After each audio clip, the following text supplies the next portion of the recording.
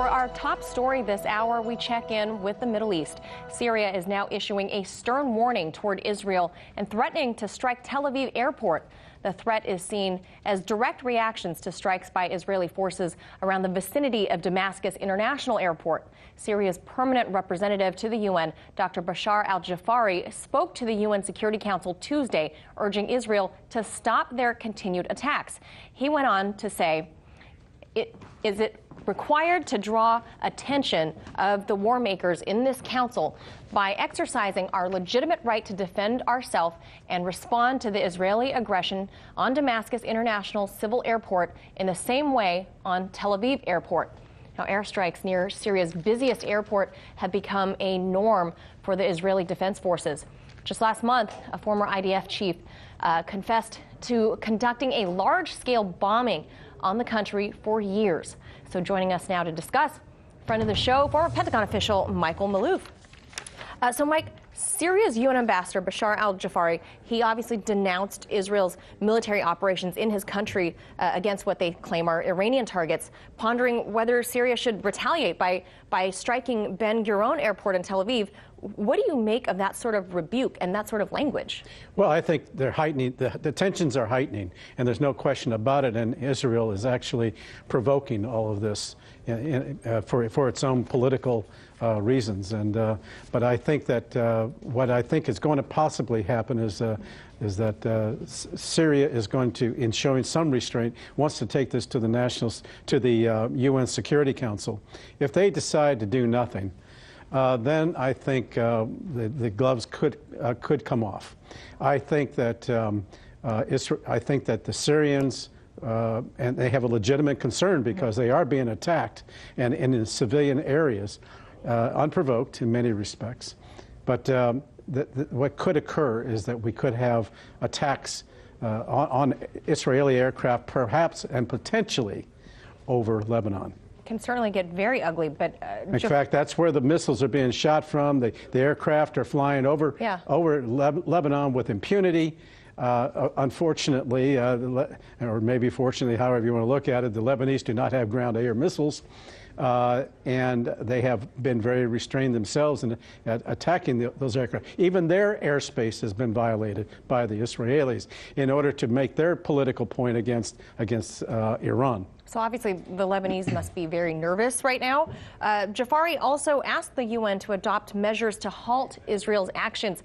What can the UN do in protecting Syria's sovereignty? Is this a fair ask? It's always a fair ask. You want to have some reasonable people come together and try to work something out, but I don't think the Israelis are in a talking mood.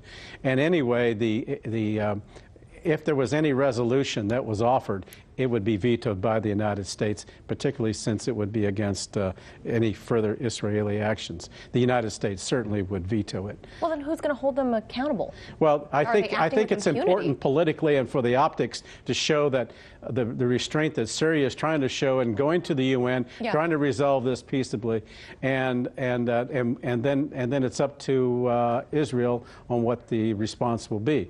And I think that they will, and you'll see the United States veto, and you will see the Israelis continue their efforts inside of Syria. But Syria has a legitimate right of self-defense, notwithstanding whatever claims the Israelis are making. They claim that they're trying to hit Iranian targets, but they're killing mostly Syrians. So it doesn't compute. It's not computing. Now, Syria has claimed that Israel's aggression is an attempt to help Takfiri groups in the region.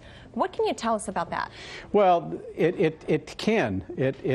Because of the instability in the attacks, it allows the jihadi Salafi groups to fill in vacuums, to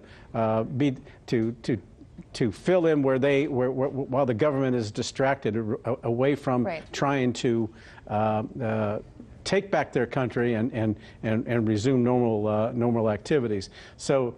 And Syria, Lebanon, they've all been hotbeds for outside powers for years and years and years for their conflicts, and it doesn't look like it's abating whatsoever. And now, as a sidebar, Jafari also commented on what he calls Israel's unlawful occupation of the Golan Heights. What are your thoughts on that? Well, the Golan was taken by Israel in the 1967 war. Syria has always claimed to have it. It is a very strategic point overlooking northern Israel, and you can see why the Israelis, now that they occupy it, want to keep it and perhaps even annex it.